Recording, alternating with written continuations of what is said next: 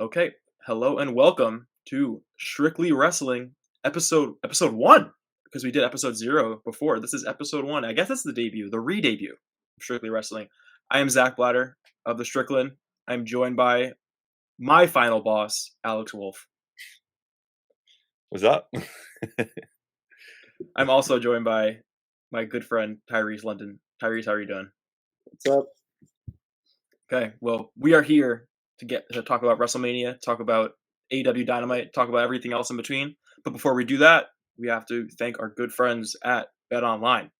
BetOnline is your number one source for all your summer sports this season, from MLB, golf, MLB, and NHL playoffs. All the latest stats, news, scores available to follow your favorite teams. Get the latest odds and lines, including the latest team matchups, player props, and odds on just about every sport out there, including the WWE. I checked that before WrestleMania. Head to the website today or use your mobile device to get on the action. Bet online, where the game starts. We also to thank our friends at Cut, because as you all know, Believe Nation, we have partnered with Cut, the social betting platform. Cut is a peer-to-peer betting platform that allows you to bet directly against your buddies and other fans. That's right, you can join the Believe crew on Cut today and bet directly against myself, Alex, and Tyrese on your favorite sports, pop culture, and politics topics if you're that insane. Cut is the ultimate put your money where your mouth is platform, and it's legal in New York and every other state. Be sure to follow Cut Bet on all your social media channels and download the app via the App Store or cut.com and use code BELIEVE for a 10% deposit bonus.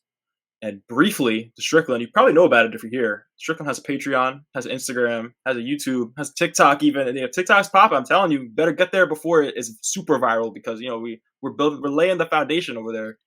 And you can support the Patreon for extra pods, for extra articles, for all that other good stuff. And we got a lot more to come. I don't want to waste too much of time. Let's get into WrestleMania. I want to just go like an overview reaction. I thought that's the best way. Let's do like a quick reaction from each of us, and then we'll go event by event. We'll kind of go back in time. We'll go night 2, night 1, and we'll see where we're at after there.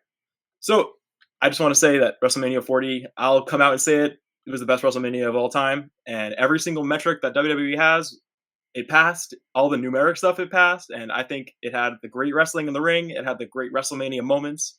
It had surprises. It had celebrities, and it shattered all of my expectations for what I had, and I'm pretty sure it shattered everybody else's expectations too. And I think the most important thing that happened is that it solidified WWE as finally being cool again. And for many years, I thought, you kind of had to like be that awkward person, be like, oh, I'm the one who's going to spend this whole weekend wrestling. Like for the past 5 years, it's been a 2-night show. And I'll be like, oh yeah, this whole weekend I'll be watching wrestling. You sound like a crazy person. But I think for the first time this year, I saw WrestleMania get a lot of national media coverage, a lot of national sports media coverage, and the reaction was overwhelmingly positive. And I remember looking in the comments of these posts when, like last year, I'm pretty sure WWE pays these accounts to give them some promo during WrestleMania weekend, and the reactions are usually like, what is this fake shit? Who is watching these meaty dudes in their underwear beating each other up? Like, what is this for? Who's still watching WWE?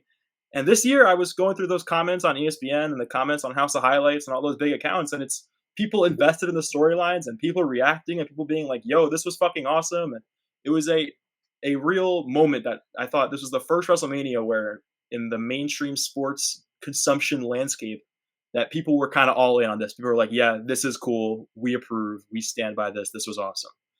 And this ushered in a new era. I mean, you heard it every single minute. It felt like they were telling us, this is a new era. This is not the WWE you think of. This is not the Vince McMahon WWE. This is the Paul Levesque era, the Triple H era. And, I was listening to another wrestling pod earlier. If you know Santi Zap on YouTube, he has a good pod. And one of his guests was talking about how maybe we should have seen the Cody win coming, because with all this talk about like a new era, I mean, it started on the Friday Night Hall of Fame show when they had done the first new era talk, new era this, new era that. Wouldn't it be fitting to have a new champion to bring you into this new era, and a champion to be the face of this new era? And I don't know if you want to go in with Roman Reigns as your champion, and we've heard all the rumors about him taking time off and kind of being done with this whole Tribal Chief Championship run.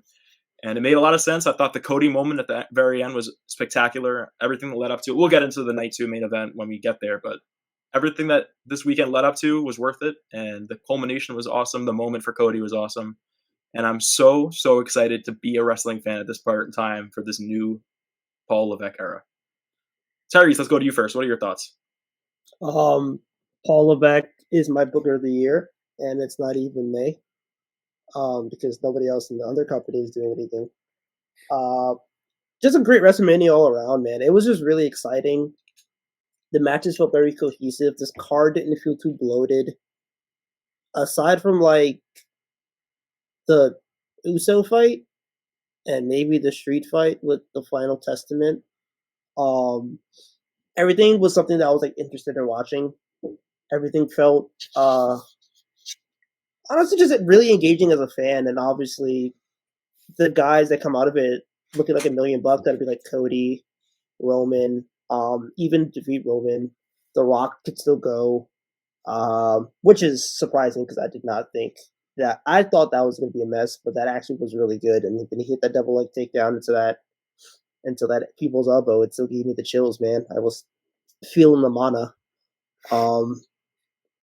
But like I feel like the MVP might be Drew McIntyre. Honestly, man, Drew McIntyre looked great. Like Drew McIntyre is, for my money right now, probably the best character in wrestling, and his character just being a hater. So I love it, man. It was a great Mania. I had a ton of fun watching it. Alex, what do you think? It was really good. I mean, I'm like, like the old ass man in this group. So like, if we're talking like best manias ever, at least like for me, the emotional hits are like WrestleMania 17, WrestleMania 21. I think those are my two faves. The Rock Stone Cold, no DQ, Stone Cold goes corporate Stone Cold main event, I think is the best wrestling match of all time.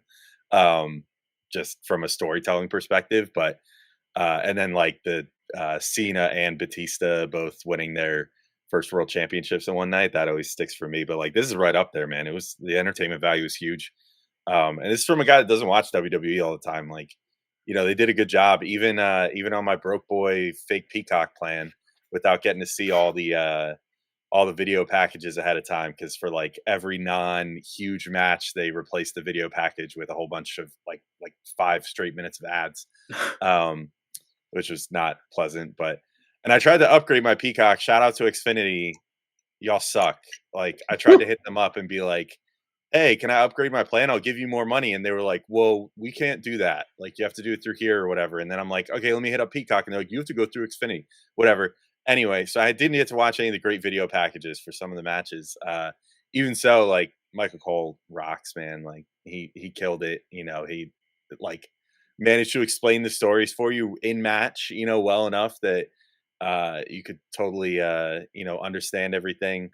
Pat McAfee's a little annoying. I don't particularly love him.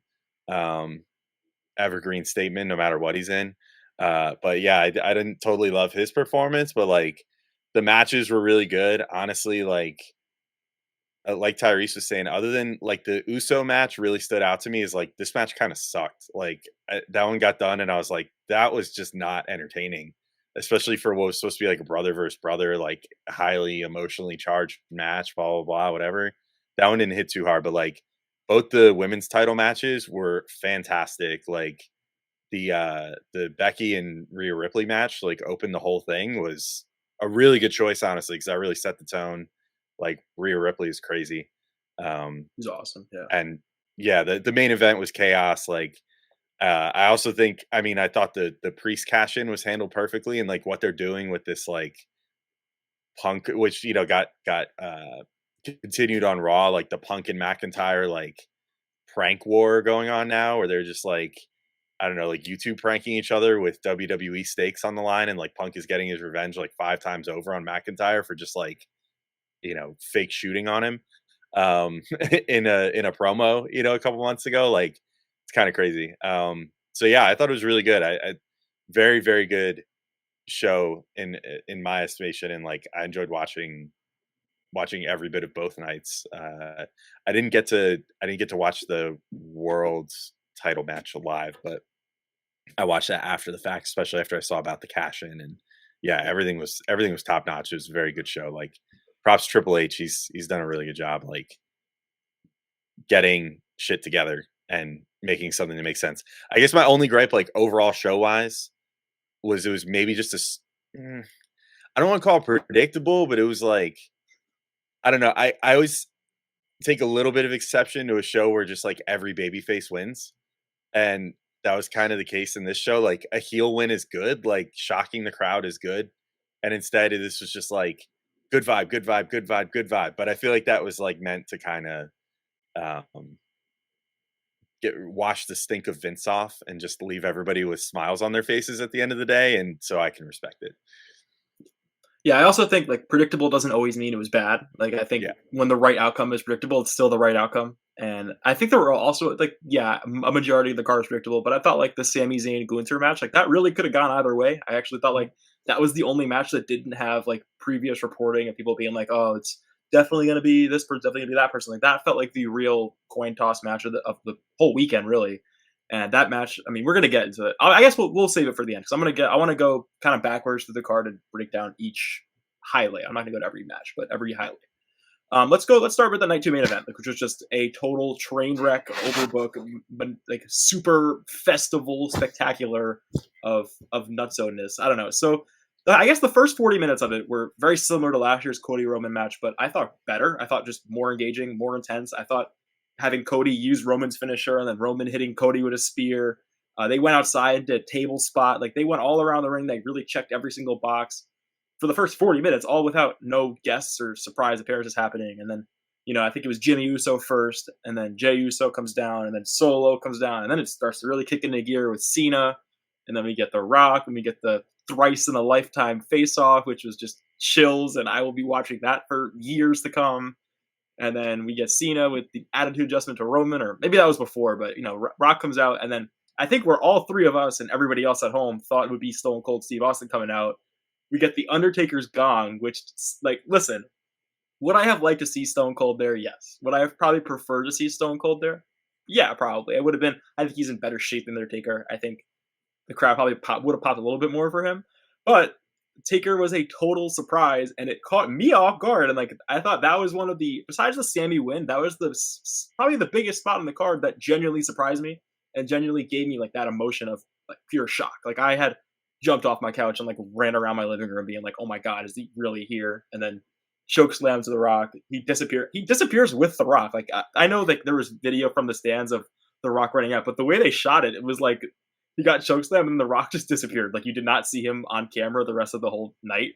So that was awesome. And then, we get Cody's back in, and you have the chair spot with Seth and Roman, and he cinematically picks to hit Seth with the chair for the revenge on 10 years ago. And that comes back to bite him. Cody pins Roman, and then we get like a 30-minute celebration, which I thought that was maybe the most anti-Vince thing of the night, because I don't remember, like if you saw after Cody won the belt, pretty much the whole locker room came out to support him and like hold him up and do all this like emotional stuff, and they really broke the fourth wall of WWE formality that Vince spent so long fortifying and creating. And to see all these people who are like usually on-screen adversaries just embrace Cody and all embrace the moment that had just happened was awesome. He even brought out the writer. I don't remember his name, but who was the writer that he called out before he called out Triple H? Pritchard. Bruce Pritchard. He called out Bruce Pritchard. He called out Triple H. He had his wife, his kids, a bunch of other extended family members. Mama Rose was out there. And it was just a super emotional moment, and they even gave him a mic. It went on really long. It was like a long, long celebration, which was cool. I thought that was a unique moment. Usually, it's like he wins the title, he gets his confetti, and then here's your roll credits. Like that's kind of it. But this felt like it deserved that extended celebration, and then I really think like that night two main event couldn't have been booked better. I guess aside for like a Stone Cold thing, but I thought they handled the Undertaker replacement really well. What do you guys think? and real quick, like to be fair to them with the, I mean, not to be fair, like I mean, whatever they could break the fourth wall. Like I think they understand now that people understand how wrestling works and whatever. But like they did even keep the people that came out to congratulate Cody was kind of in storyline as well. Yes, in it was all people who had like kind of fought with Roman in the past and like had beef with the bloodline in the past. Yeah. So it all felt very much like, and I mean, this is what they were trying to sell with the whole Seth angle too, leading up to it, with him being like, I'll protect you. We need to do this for the future of the company and the future of wrestling and blah, blah, blah. Like, like they basically brought out the people that would have been invested in that, because it was like Jey Uso, Sami Zayn, like Kevin Owens, and Randy Orton, LA Knight. We're all Randy Orton. Yeah, it was like CM it was Punk. all people that beef. CM Punk was out there. That was a different one because Punk doesn't really have beef with the bloodline yet. I mean, I don't know. No, but he sort of had semi beef with Cody, and then they had the whole Rumble thing and whatever. So I think that was more just meant for that. Also, they were probably just like CM Punk, get back out there on camera, like go get your face on TV. But yeah, it made sense. It was cool. I enjoyed that whole thing too. Tyrese Yeah, in that main event. it was unique, like the way they handled the ending. Because again, like he just kind of talked for like a really long time. It was like addressing the crowd, and that would be something you saw like online after the fact. But the fact that it was in real time was really cool to see. Honestly, that main event was great, man. It was just really good wrestling, and I think it made Roman look so strong because I feel like the build to the match was a lot of it like Roman in the background for The Rock, but like in the match, like from night one and night two, like he was just cooking, like he was wrestling, man. Like that was 2021 work rate, 2021 shit talk in the ring where like he used the crossroads and he's like, that won't beat anybody. That move sucks. That was sick. Like, I'm sorry, bro. That I have That's not heard somebody diss their opponent's move since like Kurt Angle using Lasso from El Paso and like a feud to Eddie Guerrero, and he was like, this hold sucks. But like that was Roman just looked incredible. Like he looked cut, like straight out of like chiseled on a marble, and he was just like, he was wrestling, man. Like I think he kind of knew this was gonna be it. Oh yeah, and I feel like he definitely wrestled like he knew it was gonna be it. So that was probably his best match since the triple threat with Bryan and Edge. wow. Like, So like, do you think it was the best match of his whole title run? it might have been. Like, it's up there. Yeah. Like, I think just him pinning both of those guys and stacking them was just such a good visual, and the match was great too. But like that night two main event felt like his best match. Like maybe you can throw in like the Sami Zayn match in Montreal, but like that was sick too. Yeah. He looked incredible. He brought out the fucking perfect plex. I was like, what the hell? Like he was going deep into the bag. So it was good for Roman, and obviously Cody finishing the story. I really didn't have a doubt in my mind because I'm like, if he doesn't win it here, then you basically killed his character, and I doubt they were going to do that to their biggest babyface. And plus, like, there's just nowhere else for Roman to go. It's not Cody. So I felt like Cody was going to win. It sucks because I love my tribal chief. And I cried, but ultimately, like, it just feels fresh. It felt like the right guy won. It felt like them waiting a year felt justified because the build to get to this Mania was just like, yeah, it sucked in the summer, but like the ramp up to Mania was great. Obviously, like you included The Rock, made it even better. And it felt like there was like actual real heat between Roman and Cody, which like last year it was just okay, I want the title for my dad. Now it's just like Cody doesn't like Roman. And like there's reasons why they don't like each other. And I think that was the one thing I was missing from the build last year, and they got it in space this year. So ultimately, it just felt better. Obviously, right guy won. Not complaining about the result, and the wrestling was good. So yeah, I want to elaborate on. Sorry, go ahead, Alex. Go ahead. Alex. What did you think of the whole thing with The Rock saying, in whatever interview it was, one of the late night talk shows or whatever the fuck one, where he was like, "Oh, I went to Triple H the beginning of this year and pitched this idea to him of how I'd become like the greatest heel, and we would do this whole story and blah blah blah," and basically implying that they like knew that the whole like "we want Cody" thing was going to happen and like all that shit. I kind of buy it, to be honest. Like, I feel like I don't know if The Rock could have just like I know he's a great actor and whatever, but I don't know if he could have just like slid into this character that quickly. Like, this did kind of feel preconceived, and I feel like they did know that people were going to get like very very outraged over this and did plan it this way. Like, do you guys think they did that, or you think that they're just capping? This is like the $1 million question that's been asked on like wrestling internet all week, but I will think that I think they genuinely acted in response to the reaction. Like, I don't think this was their plan. I just don't think that they're like, that's if it was this was all the plan, then they're taking a massive risk by like anticipating our reactions like this. And I think like the wrestling business is so it's always like since the businesses came about, it's always hinged upon crowd reactions. Like it's like even when you go down to promos, it's like what is the crowd feeling? What are they not feeling? And the amount of times like stories have to be rewrote or promos have to be rewrote and things have to go differently because of the crowd reaction. It's happens all the time. And like it's just another example of it. And I think Rock is such a veteran of the business that he knows, like he knew that this had to be the way. This was the only way to get him in there as a heel. Like if he was going to be a face, there wasn't really a way for that to go down. And you mentioned it before, but I think he is that good of an actor, that good of a performer, where he can slide into this heel role that easily, and he can just flip the switch and go into that. And maybe I'm going too deep into the conspiracy, but if you look at all of his entrances as a character this year, like they started with the the classic "If You Smell" Rock entrance, the classic the song that he had been using for his most recent appearances too, and they slowly, gradually built his entrance back into like the Hollywood Rock heel version of his character, and like even the visuals for the entrance changed and the sound changed, and they added the lightning into it. So it did feel like they were kind of just doing this on the fly and just kind of reacting to seeing what was working and going on the fly. It didn't feel like it was all coordinated. It really felt like they had just kind of done this based on the reactions. Tyrese, what do you think? I think it was a work. From the beginning? Yeah, because they had Cody point at Roman after he won the Rumble. It makes no sense to me to go from that to, oh, we're going to go have The Rock face Roman and then have Cody face Seth. Because then nobody wants to watch it. I feel like Triple H knows, at the very least, his product, and I feel like that's the big thing about WWE, that they become self-aware. So I can't see a world where they were like, okay, we're going to tank our main event for both nights, and nobody wins, and Roman still gets to be champion, even though people are kind of sick of it at this point with no story. So I can't see a world where they're like, we're not going to run back Roman and Cody, because they built up to it for a year. Like that interaction they had on like SmackDown where Cody was tag team champion, and they had Roman and him have to stare down.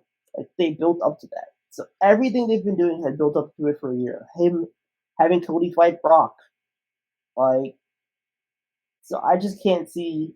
I can't see that being like something they do on the fly.